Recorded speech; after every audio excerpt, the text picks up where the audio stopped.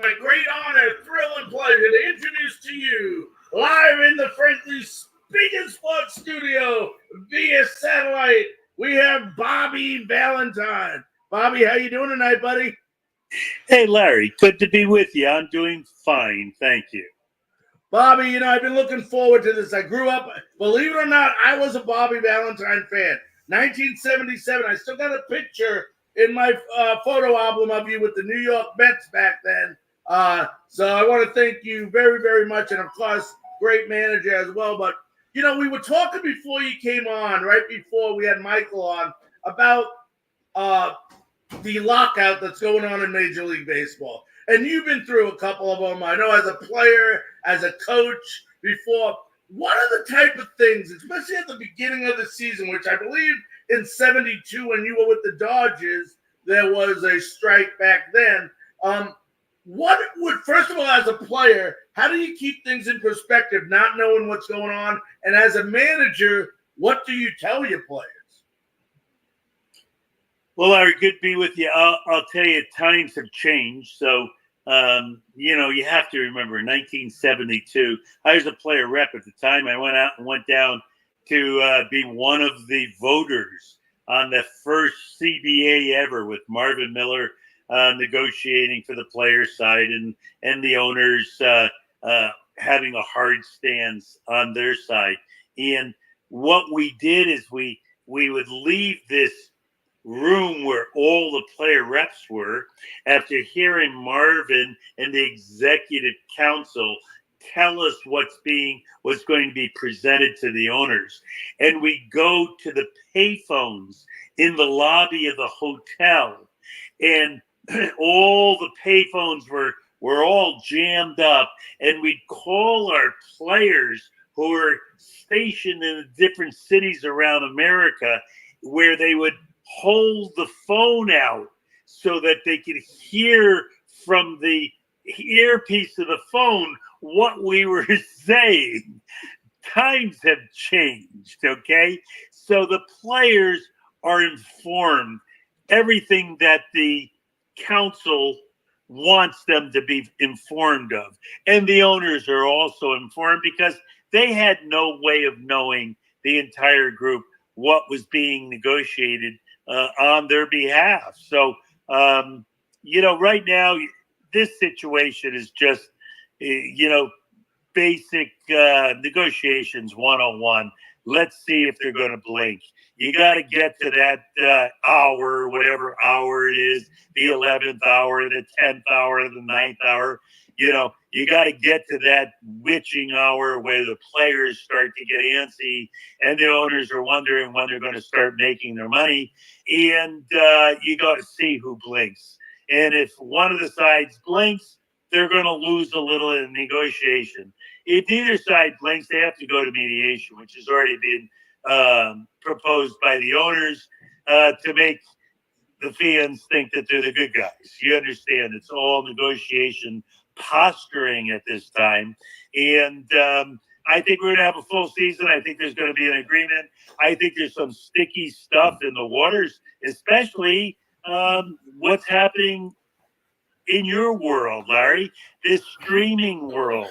Is the streaming revenue 5 years from now going to be the same as the network and cable revenues? Because that's how people are going to be watching games 5 years from now. It's not going to be in the bundles that they get with their cable, and it's not going to be on the network televisions. So that's a little roll of the dice. The owners are hoping they're going to make more money. The players are hoping they're going to get a larger percent of more money, but you really don't know what that number is right now. So I think that's one of the quagmires that they're stuck in. Now, Bobby, they did not give a good taste in the fans' perspective during the whole COVID situation a couple of years ago. And I know this from just the past. We all, as baseball fans, said, if they do this again, we're not going to come back. We always come back because we're baseball fans, and we'll always be baseball fans. But how damaging, if at all, could this be if there is a lockout to start the season? Well, I think baseball has shot themselves in the foot a number of times in the past decade. And I don't know how many feet you have left uh, to shoot. So this has got to be handled properly. This cannot be thrown at fans in a negative perspective because we're in the building mode. We're not in the hold on mode. Years ago it was, let's just keep what we have. Let's hold on to what we have and we're going to be fine. Or even in some of the eras, it's been, let's continue to build on what we have. We're on a slippery slope here. Baseball has not been gaining the popularity that they need to be gaining. And they can't make a mistake at this time of the year after 2 years of COVID to have the fans think that they're anything but the number one priority in this whole situation. Bobby, back in before 1969, when you went in the minor leagues, you had a great minor league career, but you had the ability and the honor of playing with one of I think, the greatest LA Dodgers managers of all time in Tommy Lasorda. I know you guys became real close from from that time till he passed away. Talk about your relationship with Tommy and what he meant to you. I'm sorry, Larry. Yeah, I signed in '68. Tommy Lasorda is my rookie league manager. My goodness. He wasn't the Hall of Fame manager then. He was a rookie league manager. I was the number one draft choice. I was Italian and he was Italian. We had a bond. And if he didn't understand that he was on the trajectory, even though he's on the bottommost level of professional baseball, he's in rookie ball in 1968 for his third consecutive year, that he believed so much in himself that he thought he was going to rise above, and he did, because he was different than everyone else. What sells in America, what wins in America is that if you're first, if you're different, or if you're best. And Tommy had two of those things going for him. He was hardly ever the first, but he was always different, and he was always the best. And when I say the best, he never got credit for his ability to manage people, for his ability to manage the game of baseball, for his ability to adjust. He was the first manager to break away from the old style of managing. Do you know how hard it was to be that pioneer, that you weren't going to be the militaristic, my way or the highway? I don't care what your name is. I don't care what you're doing. You're going to do what I tell you to do and nothing else. Tommy Lasorda learned people's middle names. He learned the high school or college that they came from. He learned the wives' name, the parents' names, the kids' names. He created an entire different paradigm of it. It was, listen to what I know, and then you'll learn something. And he changed that paradigm to saying, hey, I know you don't care what I know until you know that I care. And when his players understood that he cared, there were walls that they were willing to run through, and that differentiated him from everyone else.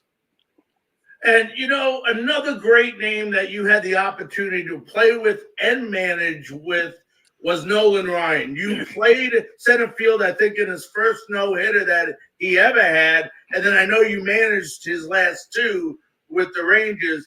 How dominant was Nolan Ryan, and how does he rank among – you've seen a lot of pitchers in your time, Bobby. How would you rank him? Well, this afternoon I was riding in the car and I called my old teammate and my old pitching coach, Charlie Huff, who still works for the Los Angeles Dodgers, has been with the Dodgers since 1966, is still a minor league instructor. And, of course, he and Nolan pitched on the same staff that I had the honor of managing back in Texas in the mid to late 80s. And Charlie put it succinctly. He said, no one understands how that guy did what he did. He worked harder than anybody else. He threw more pitches than anyone else. He was more competitive than anyone else who ever played the game. When he went out, it was a whole different boxing match. There were different rules. There was no limit on the time that the round was going to last. He was going to be standing at the end, and he was just incredible. If he ever, managing him, I remember saying, hey, Nolan, wouldn't it be cool if you got someone out on the first pitch? Because, I played with him when he threw 236 pitches in a game, where he struck out 19 and we walked 16. He pitched 13 complete innings in a 4-man rotation and got a no decision. Okay. I said, would it be cool if you got a guy out on one pitch? And he said, how the hell do you strike a guy out on one pitch? Huh? So he was just in it, for the competition. He wanted the trophy in every competition, and the strikeout was how he claimed the trophy. He really was different. His 5,000 strikeout, Larry, for whatever it was worth. It was at the old Arlington Stadium. He was pitching against the Oakland A's. He had 4,997 strikeouts going into the game. He needed 3 more for 5,000. Okay. 4,000 was reached by no one other than Steve Carlton, I guess. And now he's going for 5,000. And Ricky Henderson happens to come to the plate when the number flashing on the old scoreboard is 4999. Huh? Holy cow. He's ready to get the 5-0-0-0. And the count went to 3-2.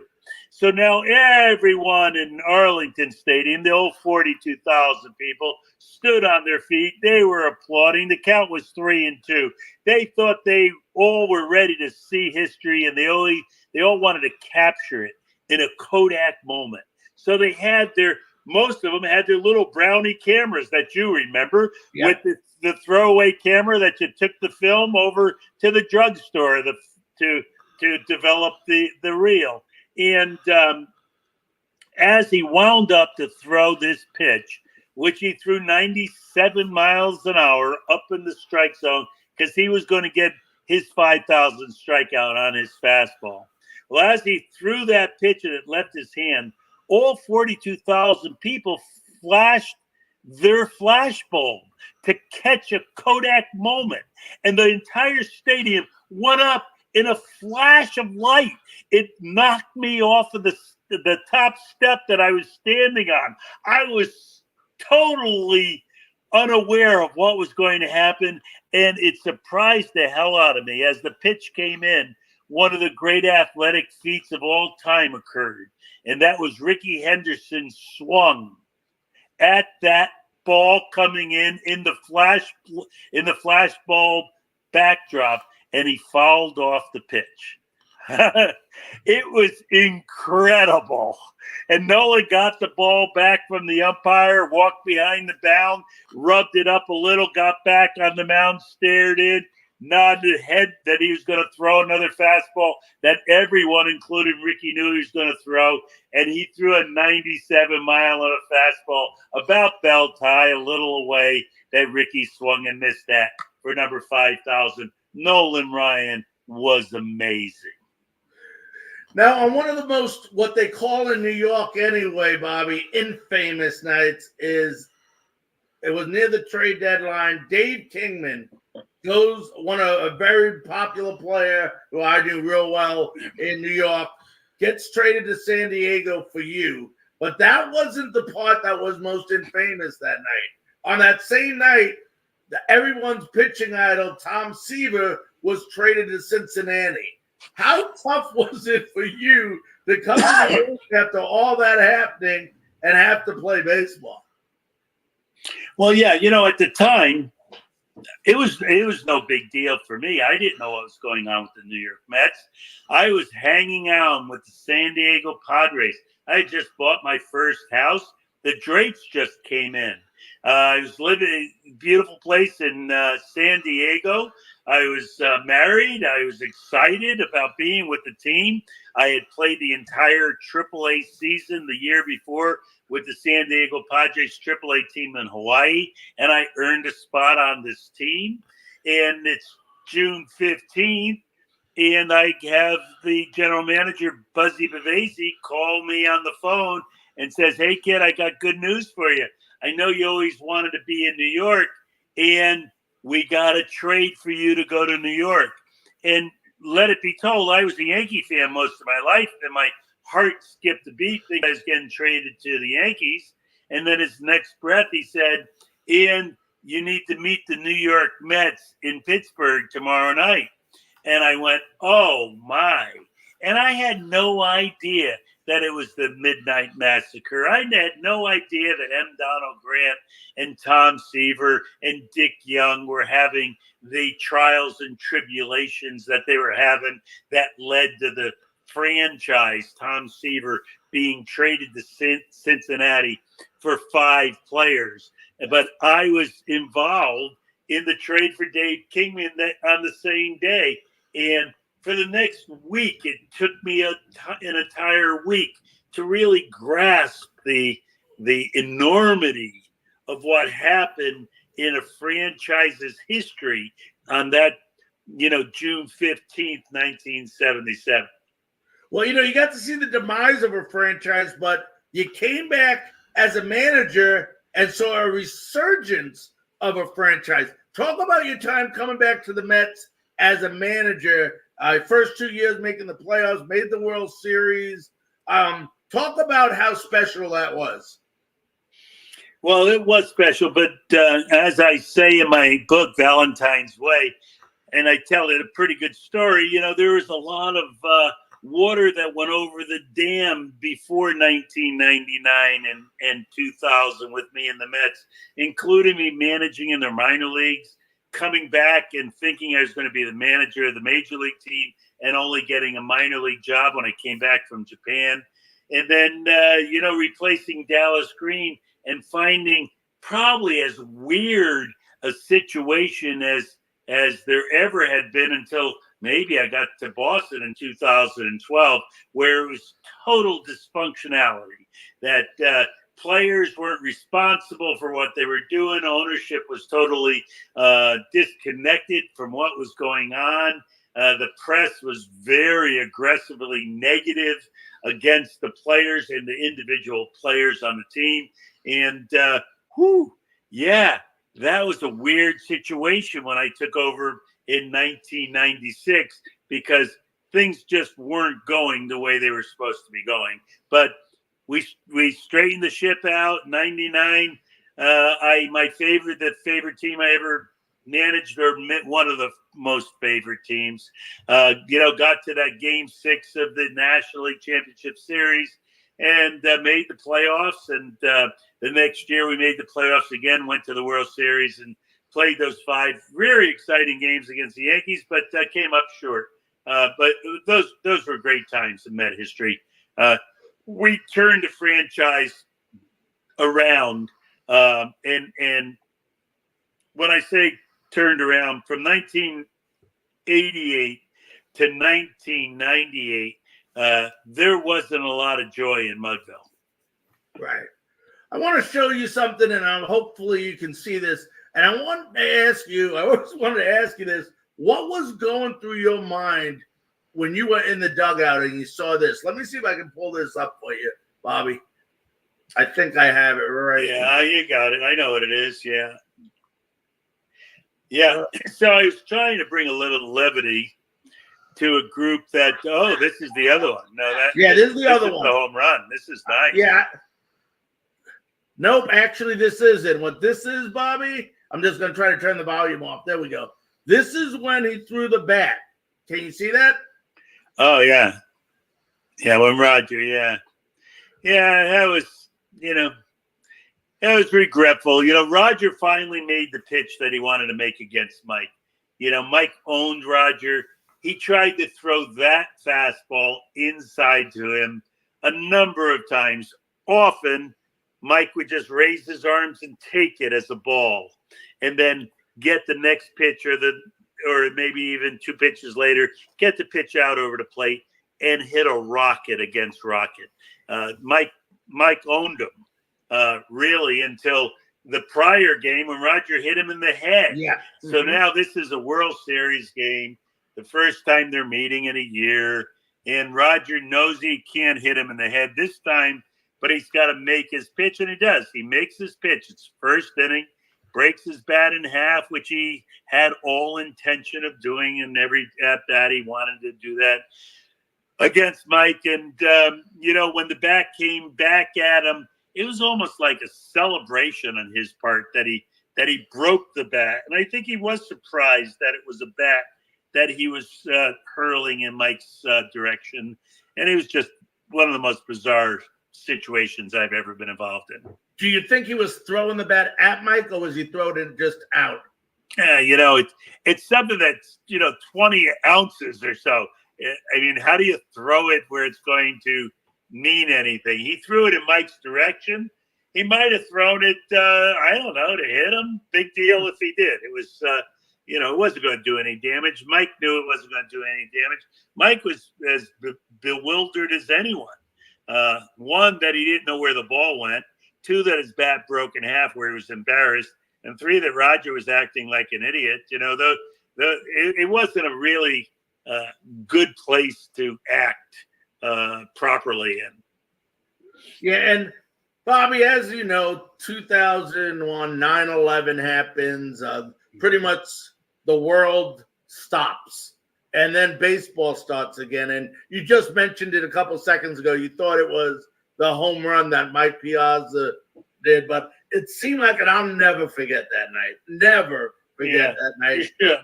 It seemed like everybody had just let air out, let the breath out. It was almost like a healing process that was going on.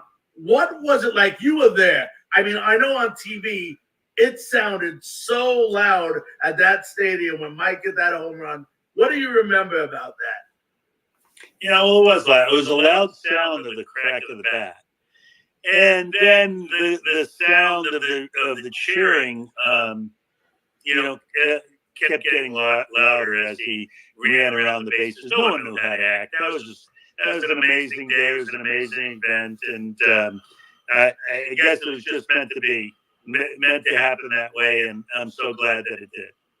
I want to ask you about Japan. We got a couple more questions for you, Bobby. But I've talked to people, former major league players that have played in Japan. You had the privilege of managing in Japan, winning championship. What was the main difference for you as a manager when you went to Japan? What was the major difference in the game of baseball? Was it fundamentals? I mean, what was it that you noticed right away that you said, wow, that's completely different from Major League Baseball? No, nothing. Nothing during the game, Larry. It was a different language. It was, different fandom. There's different sounds in the ballpark. There's cheering all the time. The surfaces were a little different because they still played on AstroTurf, and most of that was gone out of the MLB game. And if it wasn't AstroTurf, most places had all skin infield. So that was different. But hell's bells, the game was exactly the same, except for on the scoreboard they put two strikes and three balls instead of three balls and two strikes. That the strikes always came first, and that the pitchers didn't throw up people's heads. That the pitchers enjoyed the competition, but never intended on giving anyone bodily injury during the competition. They always thought about winning the competition, but they understood that that hard ball being thrown 90 miles an hour plus, if it lands in the wrong spot, it could create injury, if not death, and they don't play that game. Now, Bobby, you mentioned a little earlier, very briefly, about your time in Boston, and I remember the day you got hired there. I was so excited. I had lived in New York, I lived in Boston, then I moved to Tampa for the rest of my life.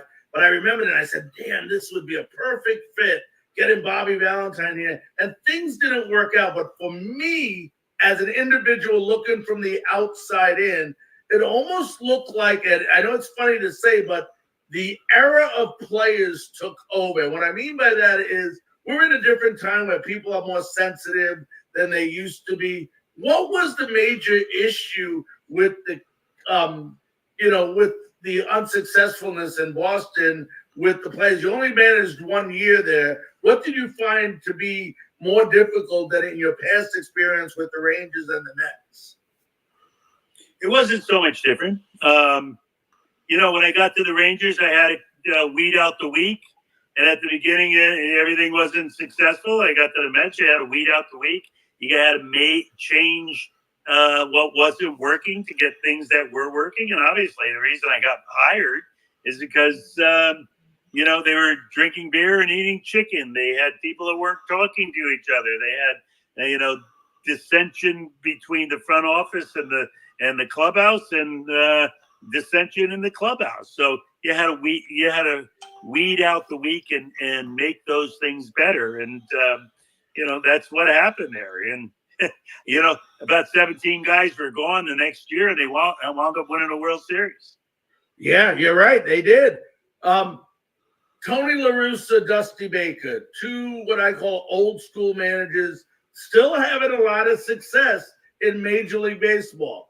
You're an old school manager. Does old school baseball still work in Major League Baseball, and will it always work? And the second part of that question is analytics overused? Okay, so I was new school as far as those guys were concerned. I was a little younger, and I was always doing things differently, trying to think outside the box when I was competing against Tony and Dusty and their friends and their peers and all that good stuff. But, I think that Dusty was a lot more old school than Tony, and Tony was a lot more old school than I was. But baseball is baseball. And, if you get someone who's in the right situation with the right people, it can click. And so it's not about, I don't know what old school is necessarily. It's kind of like I hear this stupid term of small ball. Small ball is just baseball. You do those things to play baseball. If you want to do home run derby and strikeout derby, then you just think about striking people out and hitting home runs. But, baseball is the same game, and it depends on what lens you're looking at it through.